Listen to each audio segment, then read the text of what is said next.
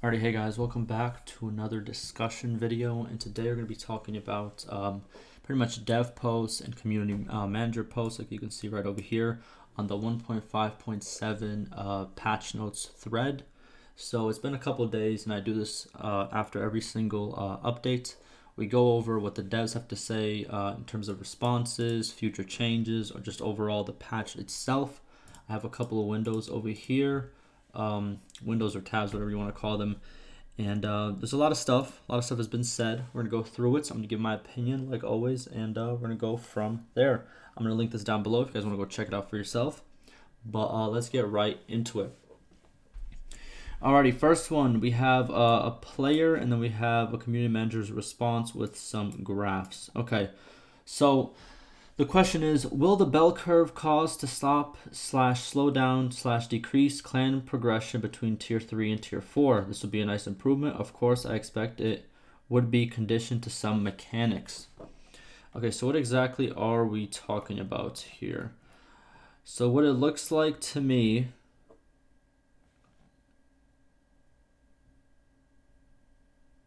okay, so what he's talking about is, it looks like there has been a rebalance of how clan tiers work, and there should be what you would call a good, how can I say this? A good spread of tiers inside of each kingdom. So it wouldn't just be all high tier clans in one kingdom or all low tier clans in one kingdom. They kind of spread out. But let's see what the community manager has to say. The number of clans in their clan tiers have been rebalanced and now look like this. So let me just zoom in right here. We can see the empires right over here. This is tier 1. Each kingdom has one tier 1. Each kingdom has about one tier 2, except the Vlandians. Tier 3, most kingdoms have 2 or 3 clans. For tier 4 clans, each kingdom has about 2 or 3 as well. And then for tier 5 and tier 6, each kingdom has about one clan, each. So, okay, so it looks like a nice little curve, like a little hill curve, like tier 1, tier 2, all have about 1, tier 3, tier 4, you have 2 or 3, which goes a little bit up, and then tier 5 and 6, it goes a little bit back down to one of each. Interesting. The results is a nice bell curve of clans, and now looks like this. So here is the graph. I can actually zoom into it, but let me just go like this. Does that help? So you guys can kind of see it. There we go. So you got clan count, and obviously this big one is the empire. It's counted all together. Wait, it's not counted all together. Oh, that's the total sum. Sorry about that. So these are all the empires right over here. As you can see, it's a little hill up here, and then the sum of all of them is a bell curve, as you would call it.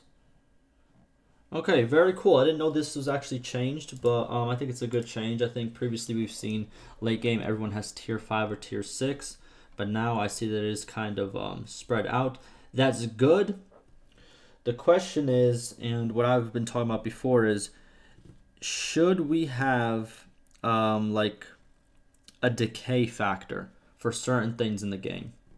I was thinking of having a decay factor for projects inside of fiefs, and also for clan tiers. Not for all clan tiers and not for all project levels, but for the highest. So I think once you reach clan tier 5 and 6, there should be a decay. I think there should, in my opinion. And you should have to like do certain things to maintain that. Because what comes with this is, obviously you have pretty much the most companion slots, the most party slots, and all the other slots in the game. So I think therefore they should be a little bit harder to maintain. And for the late game, it will make it so this this bell curve will kind of still stay.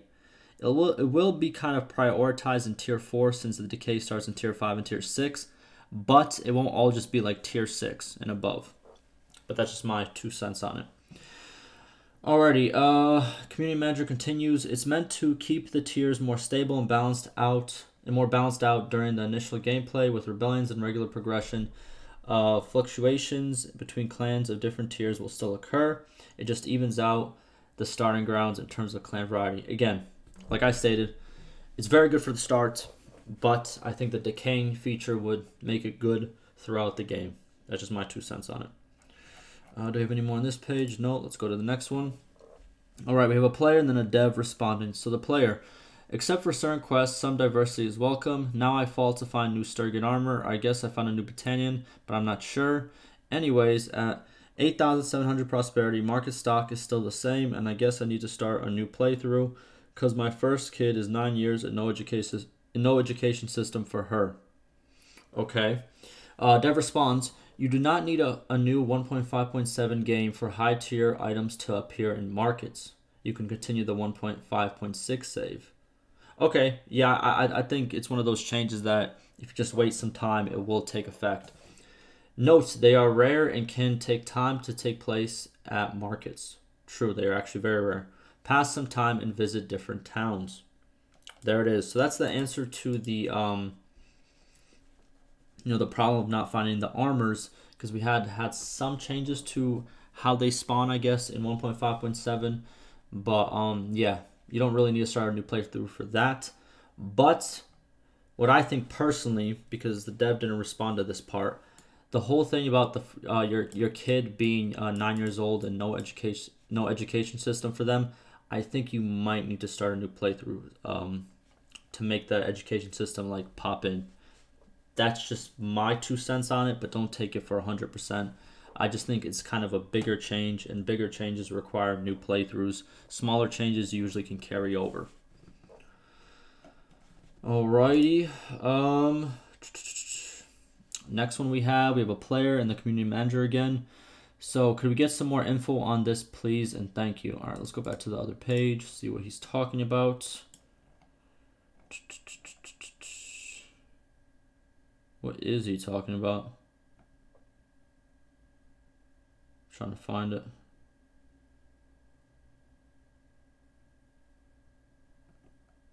Huh, interesting. Let's see what the answer is, and I'm gonna try to figure out by that. Okay, so community manager, dying in simulation battle is added internally, but we're still testing it. Okay, in regards to how, okay, so this is probably a lot of different questions, and so his name was Sean. I'm trying to find the person here so I can see the original post. Here it is. Wait, no. It's him, but it's not that. Oh my god, it might be 2 pages back. Really looking for it here. Okay.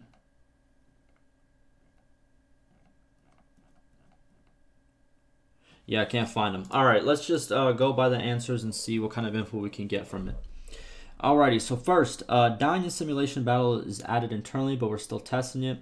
So that pretty much means it's not in the game for us. It's only in the game for the devs right now. It's probably going to be the next couple patches if it does actually get approved. But right now we have dying in battle, but we don't have dying in, I'm guessing the simulation is the auto calculation battles. So that is not currently implemented, but they are testing it. Okay. Next we have is in regards to high tier armor and weapons. We have made some small fixes to that in previous patches, but the main fix is yet to come. We're working on it. Interesting. Okay, so in terms of high tier armor and weapons, I'm guessing appearing in shops and appearing in loot. I think that's what they're talking about. There has been small fixes, like I've stated, but the main fix, a bigger fix, is still yet to come. Very good to hear. We'll see what exactly happens with that. And then we have third one. Education is currently backwards compatible if you already had kids in the previous save. Interesting. I was wrong. Okay. However, past education is not reflected. Once the kid hits a certain age, it should pick up where it was left. If a kid is 13, previous education is none, but we'll get a notification once he hits 14, for example. Interesting. So in education, let's just go back to the main post really quickly. Put that right there. Just so I can skip to it. Alrighty. So the child education system, it pops up in stages, age 2, 5, 8, 11, 14, and 16. And the dev pretty much states that if your kid is 13, the kid is not going to like if your kid was, let's say, 13 in the 1.5.6 save, and then you bring it to the 1.5.7 save, the education system will pop up at the next available age, but all the previous ages unfortunately will not be added. But if you have another kid, the education system will work properly. So if your kid will, I can't speak, I'm sorry. If your kid is 13, sometimes I just be thinking too many things in my head, and then I just my mind, you know, goes faster than what's it called, my mouth, in a way, right? So that's why you get those kind of moments, you know what I mean? But I don't want to hear a word about it, and you already know the deal. If you watch my videos, you already know the deal. Not a word. But all right. So, as I was trying to say, if your kid is 13 at 1.5.6 and you update your game to 1.5.7, you will get the 14-year stage and the 16-year stage, but the previous ones, unfortunately, you will miss out on them. But if you have a new kid in 1.5.7, the education system will work as intended. Very cool. I was wrong, and I'm happy that I was wrong. So if you have a 1.5.6 save, it's pretty safe to upgrade it. So very cool. What else do we have? Anything on this page? No, we don't. That's the patch. There we go. Next, we have a player and then a dev response. All right, so the player. I carried over my 1.5.6 save over to 1.5.7 since I was on a good run. It worked fine, and I like the new education system for young siblings and children that eventually comes in. The biggest issue, though, like some other posters noticed, is the performance issue. Stuttering in campaign map became a much bigger issue in 1.5.7, even though the battles seem to run smoother. I try to play with graphic settings to see if it will improve. If anyone has any suggestions on what to turn down, that's his rig. I don't know if that's AMD or if that's, I'm very bad with computers. To keep stuttering at bay, I would be grateful. All right, so dev responds, reason of map stuttering is found. It will be fixed in the next hotfix. Yes, woohoo. He said probably tomorrow, but it didn't happen tomorrow because we're reacting to this on Saturday and there still hasn't been a hotfix. It's probably going to come next week, so no worries on that. But that's good to hear. For me, it was kind of the opposite. In 1.5.6, I had huge stuttering in the map, and then in 1.5.7, it was a lot less. I have a NVIDIA graphics card, so I don't know if this is AMD. Maybe this patch is bad for AMD, but the previous one was bad for NVIDIA. I have no clue how that works, but it's good to see that there will be a hotfix for it very soon. Then we have another one. Thanks to the developer. Any chance that this is also affecting sluggish UI response? Dev says, I think it's a different problem. I reported it too. There we go. You just asked about the same problem. And then we have another developer talking about the same sluggish UI response. So the developer says, the performance problems may not be directly related to UI, but shaders. This is something we are looking into. Anybody who has experienced performance issues can help with this process by switching to the telemetry branch, which is the other kind of like beta branch in the Steam version. Same way you would change your beta patches. There is a branch that's labeled this telemetry branch, and it helps the developers see exactly what the problem is. It kind of records your gameplay in a way. Not records it, but makes it easier to kind of send in a recording, if that kind of makes sense. And sending us a recording of the issue. Exactly. Please note that the telemetry, I think I'm saying that wrong, but it is what it is. The telemetry branch is using version 1.5.6, so it is practical for multiplayer as well. However, likely these issues affect both versions. There we go. And then we have our last page. Alrighty, so we have another developer. This looks like a new developer. Okay, cool. So player asks, crafted items are still on the market. Okay, oh yeah, that was one of the changes in 1.5.7 where your crafted items will not appear in the markets. And developer responds, they should disappear within days, not instantly. Is results the same when you check back after a few weeks? There we go. So kind of how like most changes like that happen. If a change carries over from a patch to another patch, usually it will take effect over a couple of days or a couple of weeks or a couple of months of in-game time.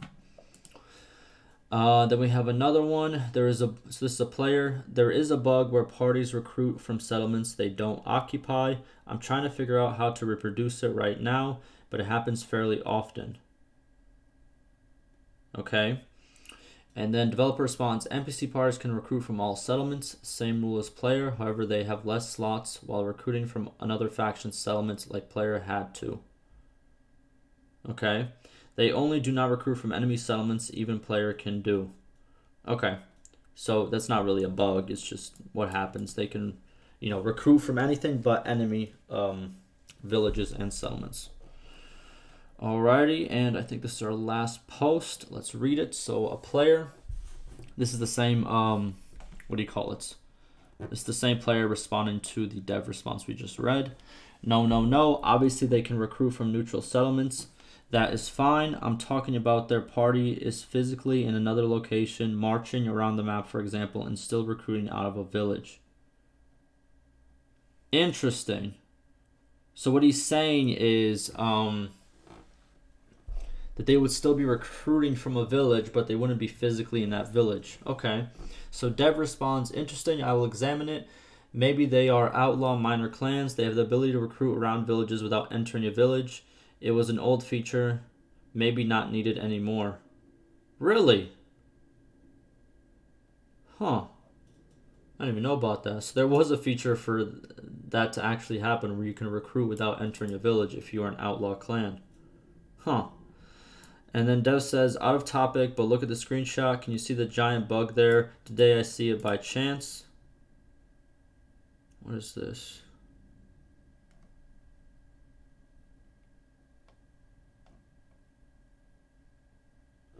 A hidden bug, and I see tariffs.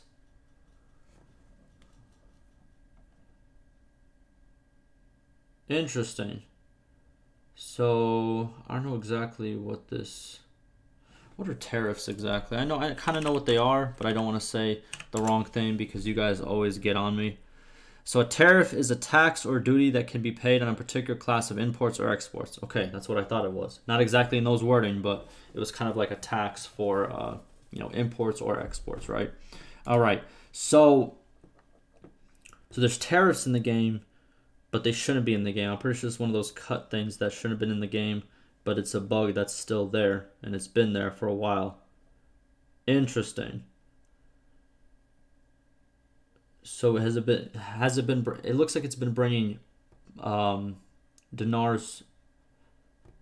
I'm confused.